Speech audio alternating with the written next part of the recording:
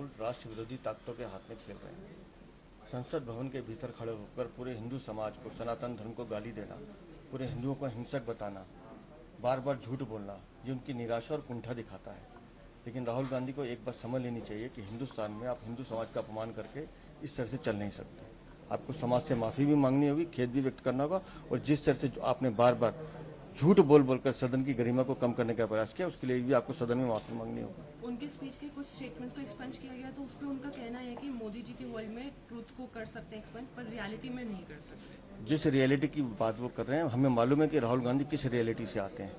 विदेशी संस्कृति की जो छाप उनके मन मस्तिष्क पर आज भी है, और जिस पृष्ठभूमि में वो पले बढ़े हैं, उसका आचरण कल हमने संसद भवन में देखा है कि आप पूरे हिंदू समाज को गाली देंगे, पूरे सनातन को गाली देंगे, और उसके बाद आप बच के निकल जाएंगे। आपको तथ्य देखने पड़ेंगे।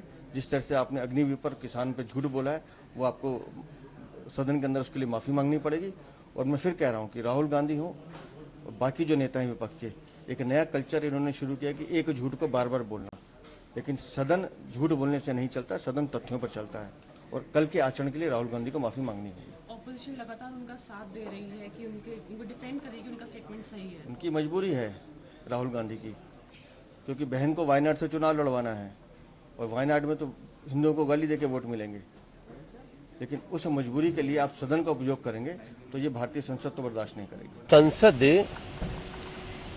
फेक इंफॉर्मेशन फैलाने के लिए नहीं है। संसद देश की जनता या सदन को गुमराह करने के लिए नहीं है। राहुल गांधी ने कल बहुत सारे झूठ और फेक इंफॉर्मेशन दिए हैं, और उसी समय संबंधित मंत्रियों ने उस झूठ का पर्दाफाश किया है। उनको ये भी कहा गया है कि जो आपने बोला है उसकी ऑथेंटिसिटी दीजिए। अगर नहीं, जब उन्होंने बोल करके तुरंत पलट भी गए कई मुद्दों पे, तो उनको तो स्पंज करने का नियम है, वरना देश की आने वाली जो पीढ़ी है वो यही समझेगी कि ऐसा बोला हुआ चीज यही सत्य था। जो सत्य है वो बिल्कुल कायम रहेगा, लेकिन जो झूठ है उसको स्पंज करना सदन की कार्यवाही में नियम में शामिल है।